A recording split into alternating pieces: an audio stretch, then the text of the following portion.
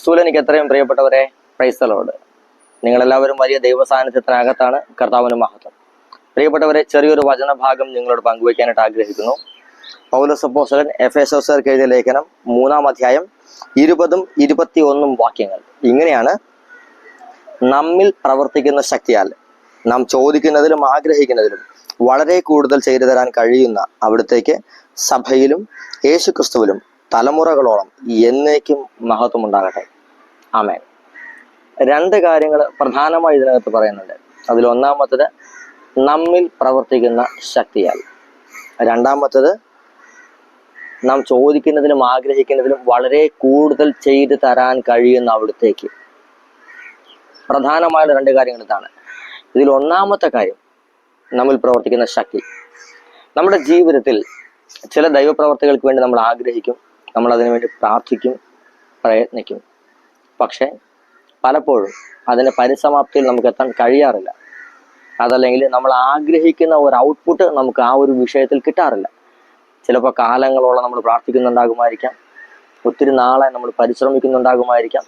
പക്ഷെ ആഗ്രഹിക്കുന്ന ഒരു ഔട്ട്പുട്ട് നമുക്ക് അതിനകത്ത് കിട്ടാറില്ല. അതിന് കാരണം എന്താണെന്ന് ഈ വചനം പറയുന്നുണ്ട്.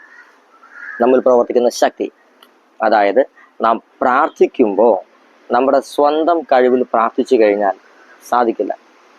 നാം പ്രാർത്ഥിക്കുമ്പോൾ ദൈവത്തിൻ്റെ പരിശുദ്ധാത്മാവാകുന്ന ശക്തി നമ്മുടെ അകത്ത് പ്രവർത്തിക്കണം.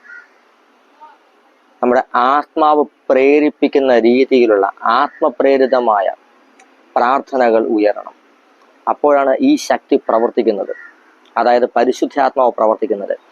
അങ്ങനെ ഈ പരിശുദ്ധാത്മാവിൻ്റെ ശക്തിയിൽ നമ്മൾ പ്രാർത്ഥിക്കുമ്പോൾ ഈ ശക്തി നമ്മിൽ പ്രവർത്തിക്കാൻ തുടങ്ങും.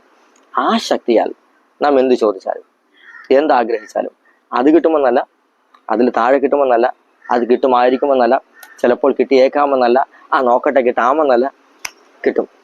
എന്ത് കിട്ടും? ചോദിച്ചതിനേക്കാളും ആഗ്രഹിച്ചതിനേക്കാളും വലുത്, ചെറുതല്ല, ഈക്വലായല്ല, ചോദിക്കുന്നതിനേക്കാളും ആഗ്രഹിക്കുന്നതിനേക്കാളും വളരെ കൂടുതൽ, വളരെ കൂടുതൽ. ഉദാഹരണം, നമ്മൾ ഒരു പഴഞ്ചൊല്ല് പറയുന്നത് പോലെ, ഞാനൊരു പൂ ചോദിച്ചു, എനിക്കൊരു പൂക്കാലം തന്നു, പൂന്തോട്ടം തന്നു എന്ന് പറയുന്ന പോലെ, നീ ആഗ്രഹിക്കുന്നത് ചെറിയൊരു കാര്യമായിരിക്കാം. പക്ഷെ നിന്റെ ആഗ്രഹത്തിനകത്ത് പരിശുദ്ധാത്മ ശക്തിയോടുകൂടി നീ പ്രാർത്ഥിക്കാൻ തുടങ്ങുമ്പോൾ നീ ആഗ്രഹിക്കുന്ന ചെറുതല്ല, നീ ആഗ്രഹിക്കുന്നതിനേക്കാളും വലിയ വലിയ നന്മകൾ ദൈവം നിന്റെ ജീവിതത്തിൽ ചൊരിയും. ദൈവത്തിന് അതാണ് ഇഷ്ടവും.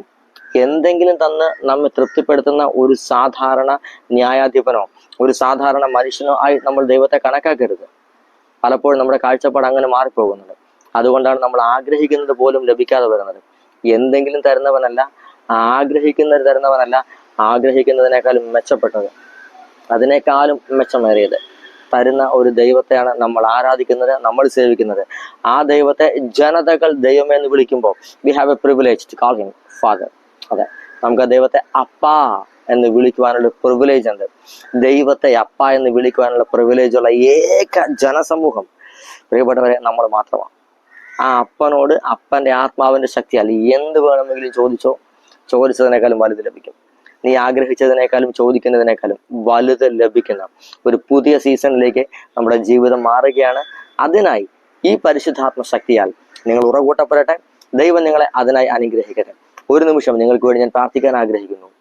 പ്രിയ സ്വർഗീയ പിതാവേ, നല്ല അപ്പനെ, ഈ നിമിഷം അങ്ങയുടെ മക്കൾക്ക് വേണ്ടി പ്രാർത്ഥിക്കുന്നപ്പ, ഇവരുടെ സകല ആഗ്രഹങ്ങളും പിതാവെ ഇനി മുതൽ പ്രാർത്ഥിക്കുമ്പോൾ അങ്ങയുടെ പരിശുദ്ധാത്മാവിനോട് ചേർന്നിരുന്നു കൊണ്ട് പരിശുദ്ധാത്മ ശക്തിയാൽ അങ്ങിൽ നിന്ന് നേടിയെടുക്കുവാനായി അപ്പ നിന്റെ മക്കൾ പരിശുദ്ധാത്മാവിന്റെ ശക്തിയാൽ നിറയട്ടെന്ന് പ്രാർത്ഥിക്കുന്നു.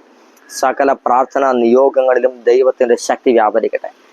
ആമേനാകുന്ന യേശുവിന്റെ നാമത്തിന്റെ മഹത്വം ഇവരുടെ സകല പ്രാർത്ഥനാ നിയോഗങ്ങളുടെ മേൽ വെളിപ്പെടട്ടെ. ഇവരുടെ സകല പ്രയത്നങ്ങളും ഫല സമൃദ്ധമായി തീരട്ടെ. യേശുവിന്റെ നാമത്തിൽ അനുഗ്രഹിക്കുന്നു. രോഗപീഠകൾ സൗഖ്യമാകട്ടെ. ദൈവ മഹത്വം ഇവരുടെ ജീവിതത്തിന് മേൽ വ്യാപരിക്കട്ടെ.